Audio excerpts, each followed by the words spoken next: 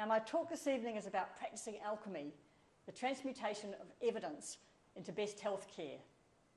At the onset, I'd like to thank Perrin Rowland from the Goodfellow unit, who actually couldn't be here tonight, for her assistance with my alchemy symbols. So best practice requires full knowledge. A little information can be dangerous. We need to serve our apprenticeship before we master our profession.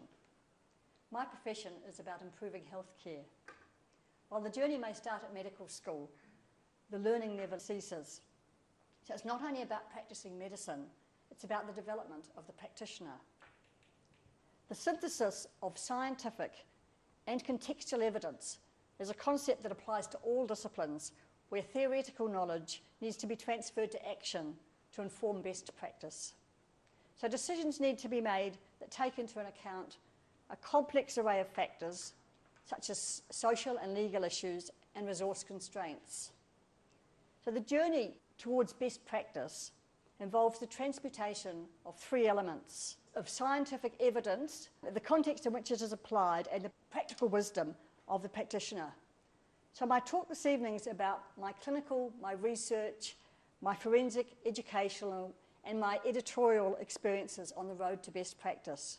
So it's not about my research per se, it's rather about some of the signposts along the way and some of the key people who've inspired me to choose a particular direction. So where does alchemy fit in?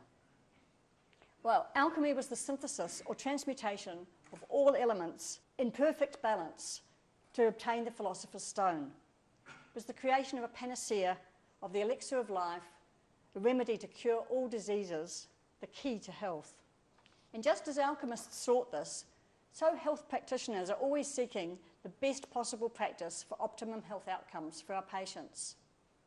Professional practice requires systematic thinking combined with the capacity to deal morally and creatively in areas of complexity and of uncertainty appropriate to a specific context. So it requires exemplary communication skills to interact with patients and to facilitate collaborative decision-making, resulting in best practice. Clinical practice can be considered to be the sum of scholarship and professionalism. Scholarship's about empirical knowledge. It's about research evidence. It's about science and logic. And we need to know how to assess the quality of the evidence, to judge its relevance and the value of new knowledge for our own practice, and then to determine whether this new knowledge is practice confirming or practice changing. So the basis of our practice is the scientific scholarship, but we also need to learn the art. Professionalism is about understanding and application of contextual knowledge and professional expertise. So it's about artistry and judgment. And we need both clinical reasoning and ethical decision making. So alchemy was about the integration across domains. You need a combination of water, fire, air, and earth, and core processes such as decomposition, modification, separation, and union. And all these were balanced together to attain the philosopher's stone. So similarly, clinical practice involves the domains of both scholarship and professionalism. For best practice, we must consider the prevalence, diagnosis, treatment, and prognosis. However, in the management of patients, we must also consider the interplay of many other factors, of the law, of human rights and dignity, of issues of equity for all patients, of potential benefits and harms of intervening or not intervening, the role of the professional, and the emotional responses of all involved. Alchemy involves finding this perfect combination of planetary metals, such as mercury, copper, and silver, and mundane elements, such as potassium and sulfur, and all these together to transmute matter into the elixir of life. The alchemists studied and practiced for many years, striving to reach this goal. So in the same way, to determine best practice, we need to know the scientific evidence. And randomized controlled trials can demonstrate whether an intervention is effective. And this knowledge is strengthened if we could combine them together into systematic reviews and meta-analyses. But we also need to know how well a test will pick or miss a diagnosis. And we have case-controlled studies which may help us identify factors which contribute to a particular disease. And then qualitative research will bring a narrative to our numbers and add the why and how to our results. However, in practice, evidence needs to be assessed from the perspective of a particular patient. And many things contribute to what decision is actually made. So these can include the patient and practitioner values, other attributes of the patient, such as their age, other conditions they may have, the family and the culture in which they live, their community, their local policy. Limited resources may mean that an ideal test or treatment is not actually affordable. For example, evidence indicates that heart failure should be diagnosed on the basis of an echocardiogram. But if the patient doesn't have access to this, then clinicians may need to rely on symptoms and signs. Best practice may include the use of beta blockers. But if the patient has asthma, which this drug makes worse, then we have to find an alternative. A child with bacterial pneumonia requires antibiotics. But the relatives of an elderly, demented, and chronically ill person with this condition may decline this treatment for their family member. So, best practice is the transmutation or synthesis of knowledge. However, all science has its limitations.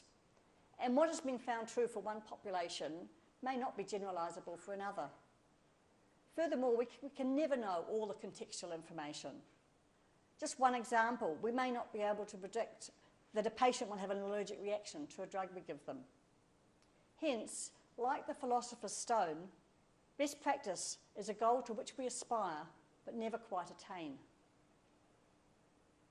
The scientific knowledge is incomplete and it's always undergoing change and being added to.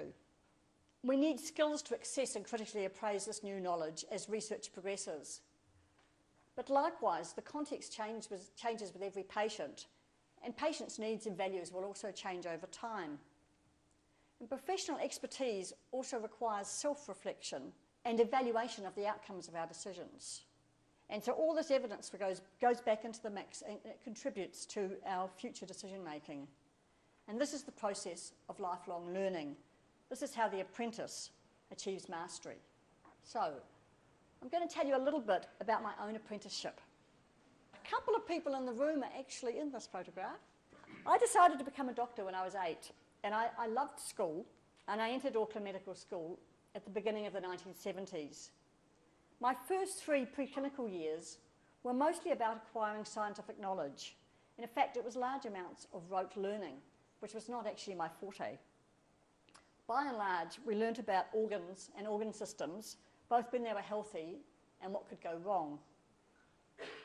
In the first 3 years, there was actually minimal critical thinking.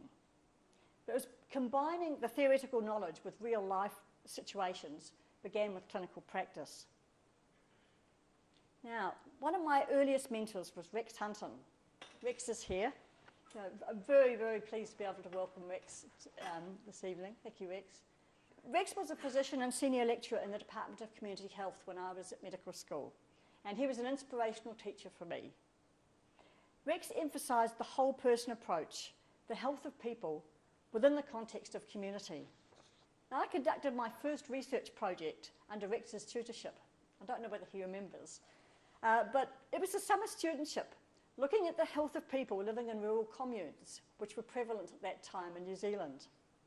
And my study involved considering both the physical and the mental well-being of people within the context of their families, their community, and their physical environment.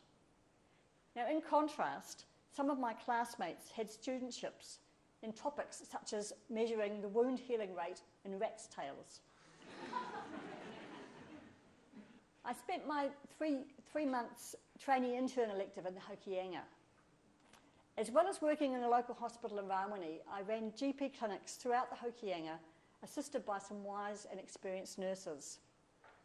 After I'd been there a week, I had to transfer the only doctor to Whangarei Base Hospital because he had a very serious illness. So I then became the acting superintendent of Rawene Hospital for 2 weeks. And I was supported by nursing staff and by phone from Whangarei Base Hospital. This was being really thrown in at the deep end. I was fortunate, but no disasters occurred. Now, I conducted a number of home visits when I was in the Hokianga, and I was privileged to be welcome onto Marae. And my most memorable house visit took an entire weekend. I'd run a clinic in the remote Maori settlement of Mitimiti there, and a family had asked me to see a member of their whānau who would not come to the doctor. So on Friday night, I took my Morris Minor across the car ferry from Rawini and drove back to Mitimiti, and I stayed with the family for the weekend. And the next day, we travelled on horseback up the beach and into the Pauraringa forest, where I visited this family living in the bush. And I managed to persuade the young father to come into hospital the following week to get his type 1 diabetes under control. And I felt very privileged to be able to have such an experience. Another important mentor for me was Cecil Lewis, who was the founding dean of our medical school. He emphasised that most healthcare takes place in the community, not in the hospital. Doctors should treat patients holistically, body, mind and spirit.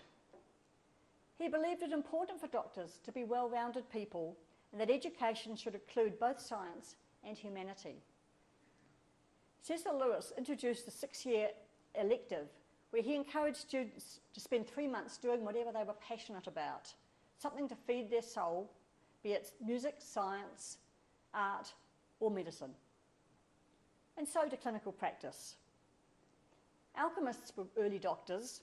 They were in search of potions to promote healing. My clinical practice started as a house surgeon in Whangarei. I was fortunate to be given huge responsibilities as a doctor from the beginning of practice. This was a great learning opportunity for me. As a house surgeon in Whangarei, we had no registrars, so it was just us and the consultants. We worked a 1 in 3 roster, and I learned to cope with any medical emergency that might arise. These experiences have served me in great stead. After my house surgeon year, I met up with Cecil Lewis in 1978 in Hong Kong. I was then working as a ship surgeon on board a cruise ship, the Marco Polo. Now, as you can see, I had 3 stripes. 3 stripes meant I was second equal to the captain, along with the first mate and chief engineer. And if anything had happened to the captain, we'd have been in charge. Now, none of my training had equipped me to captain a ship. But fortunately, I wasn't put to the test. So at that time, Cecil Lewis was then the Director of Postgraduate Medical Education in the University of Hong Kong. He told me he had never worked in a position for more than 10 years. He set himself goals, and he always gave up his position once the challenge had been met. And he'd leave a job without another one to go to and wait for the next one to present itself, which it always did. I then took 6 months off. I'm sure Cecil Lewis would have approved, although most of my medical school colleagues by then were entering specialty training programs. I bought an old car in San Francisco and I drove myself across North America. This car was my home for 6 months. I made curtains and I had a mattress in the back. And I spent as much time as possible exploring and hiking in the national parks, which is another one of my passions. From there to London, where I did locums in various hospitals, as well as some of the teaching hospitals, such as the Royal Free and Guy's. These included East End hospitals, such as Hackney Children's and the King George Ilford. I was very fortunate to spend several weeks working in the Elizabeth Jarrett Anderson Hospital for Women. This was an amazing old Victorian hospital that was set up by one of the first women doctors in Britain, Elizabeth Jarrett, to enable poor women to receive medical care from women doctors.